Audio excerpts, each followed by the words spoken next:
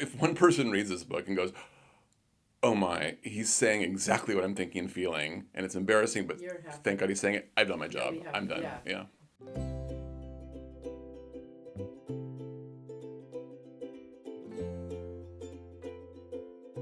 Hi, everyone. You're watching the Light of Care podcast on YouTube or listening and watching on Spotify.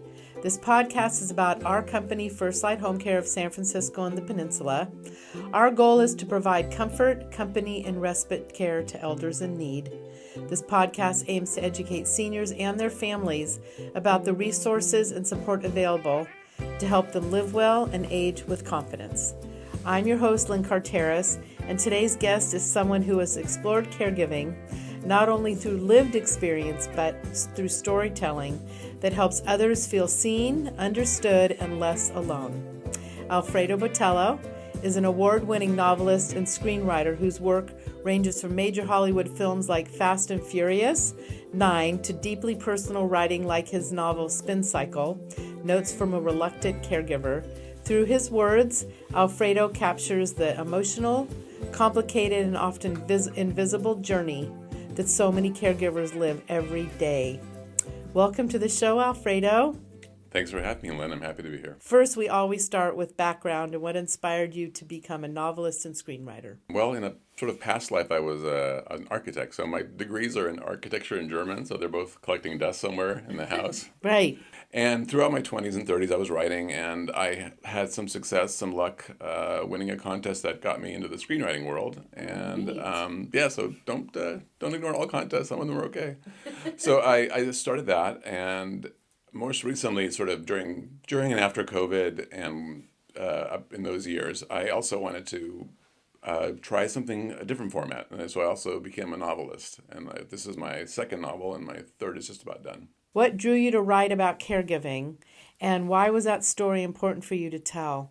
So about 5 years ago, my mom was diagnosed with likely onset Alzheimer's, and I felt completely blindsided, overwhelmed. I felt extremely alone. Like, what? No one told me about this.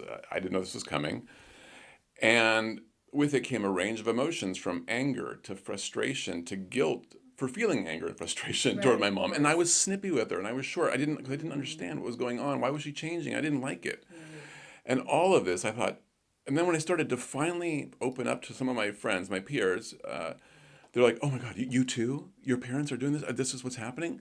And I realized I'm not alone for sure, but I felt alone. So this was a mission to just hopefully bring some comfort to other people. If one person reads this book and goes, oh my, he's saying exactly what I'm thinking and feeling, and it's embarrassing, but thank God he's saying it. I've done my job. I'm done. Yeah.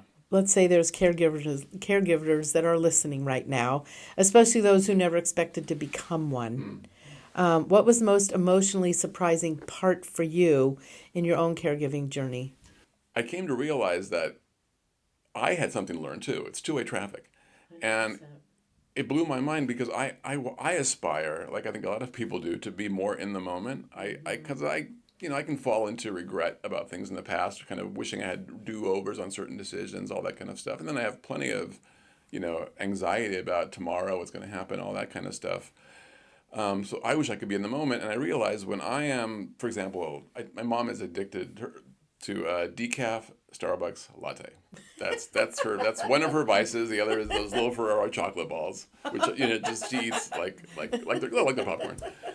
So when we go to Starbucks, for example, right, and any kind of baby or toddler is in there, my mom is baby and toddler crazy. So she's in her walker, she will scoot up and say, "Oh, ooh, so cute," this kind of thing, and that's fine, because there's that sort of social contract where we can all go and say, "Oh, you've got such a cute kid," right, and then you kind of say goodbye and you go away. But my mom, the filters are off. So she doesn't go away. She doesn't go away. Right. But this is one of the great lessons that I've learned, is that first of all, she's in the moment, so she's not sweating what's going to be for dinner tomorrow, and she's not regretting anything about the past. She's just there with the baby fully. I wish I could be. I have to say, I haven't written a book. I have done little caregiving in my life with my own parents, but it does open your eyes to the world around you that you don't look at it through those eyes. And that's what you just explained. I think it's really telling how we live our lives every day until something like that happens. And I think it's really, and it's probably changed you. You probably look at things a lot differently now, which is awesome. So in your book title includes the word reluctant. Reluctant. What do you think makes so many caregivers feel reluctant at first? And how can families navigate that emotional transition more gently? At least for me and a lot of people I've spoken with, something happens. Maybe a spouse of a loved one passes away, or just a couple red flags turn into a lot of more red flags. And suddenly you realize you're in charge now. And I didn't sign up for this. Like I thought, okay, great. I have 2 grown kids. Like I did my parenting. I didn't expect to be a parent again. Like, so the reluctance is I'm just sort of like, now I have to be this parent again in this new role that no one sort of told me about. So how? So the question, how do you transition into that? It's very hard. And like I say, good days, bad days, but I feel like, and this is one of the big lessons of it all is, you have to learn to pivot. So I wasn't a sports guy in high school. I was more a theater guy, but I had jock friends. So I remember this phrase, take what the defense gives you. Take what the defense gives you. And I'm like, yes, of course. How did caregiving change you?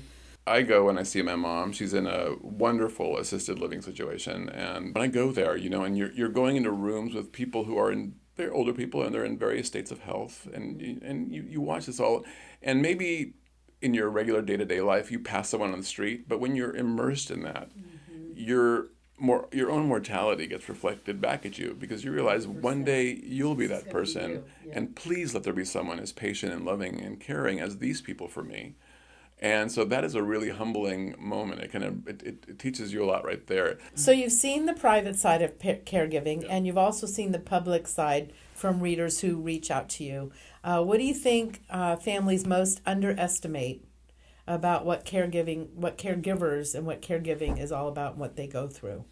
It wasn't just about the daily functional necessities of caring for mom, feeding, doctor appointment, meds, toileting, all those things. Yeah, that's super important. Of course it is. But what I discovered was that a big part of caregiving is just being with the person in this room with a smile on your face. Like that is everything. So when I drive my mom somewhere, and all I have to do is put my hand on her hand. Like that, I think, does as much as any one of her 16 meds can do. Thankfully, you have found ways to hold on to creativity, joy, and even play.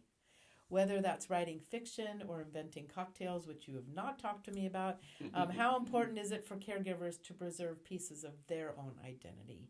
It's huge, because it's very easy to get completely sucked into this world where you just think, my only job now is caring for mom, and it's making me crazy. I'm tearing my hair out. I just do whatever I have to do, my bare minimum at work to put food on the table, but then I got to race to mom, take care of her, and that's all I do is run her errands and this and that. So you get the sense of my identity is just the errand boy, caregiving guy, but that's not healthy. So you have to remember that the things about your identity that bring you pleasure, they can still be there. Maybe you like to garden, maybe you're a book reader, maybe you go to movies. I don't know. Maybe you paint, play Scrabble. I don't know. Whatever your thing is, that's part of your identity. You're going to do yourself a favor, but you're also that favor is going to radiate back to mom or dad, because you will be in a better headspace when you see them. What's your favorite cocktail you've ever created at Little Bird Bar? My favorite drink is a cucumber gin gimlet. I can't say I invented this, by the way. Okay. I enjoy cocktails more than make them. So this one I found abroad. I was traveling one year in Italy, and I saw a sign in Venice. It said German jazz bar. And I'm like, well, those are two things that don't go together. Germans don't do jazz. What am I in for? And I'm half German, so I can say that. So I go into this. Too. Oh, are you okay? So I go into this bar, and their decor is the ceiling is covered in stapled bras. That should tell you something. Oh my gosh, how fun! The bartender looked like a vampire, beautiful, amazing long gray hair, thin as a rail, and he says, "You should have the cucumber gimlet." I'm like, okay. And so I was hooked. I came home. I told my co-owners, we have to put this on the menu. It's now on the menu, and I love that. There it is. I want you to talk into that camera and tell everybody how to get a hold of you. Obviously, you can go to Little Bird Bar. Well, I have my own website, and it's my name, alfredobotello.com. And on there, of course, you have links to my novels, links to some of my screenplay synopses. Also, I wanted to throw in some other fun stuff because I see a lot of author websites tend to be a little bit stiff and very serious. So you can go there and click on the books to get them, but you can also just search on Amazon, Barnes & Noble, wherever you get your books. You plug in Spin Cycle, Alfredo Botello. I guarantee you that book will pop up. There's not that many Alfredo Botellos writing books called Spin Cycle. So we are just grateful that you were here. Really appreciate you. We've got more interviews on the way. For now, a huge thank you for my team putting this all together for us. For more information, check out our website at thepeninsula.firstlighthomecare.com and follow us on our social media pages. Don't forget to like and subscribe, and we'll see you next time. And go buy the book.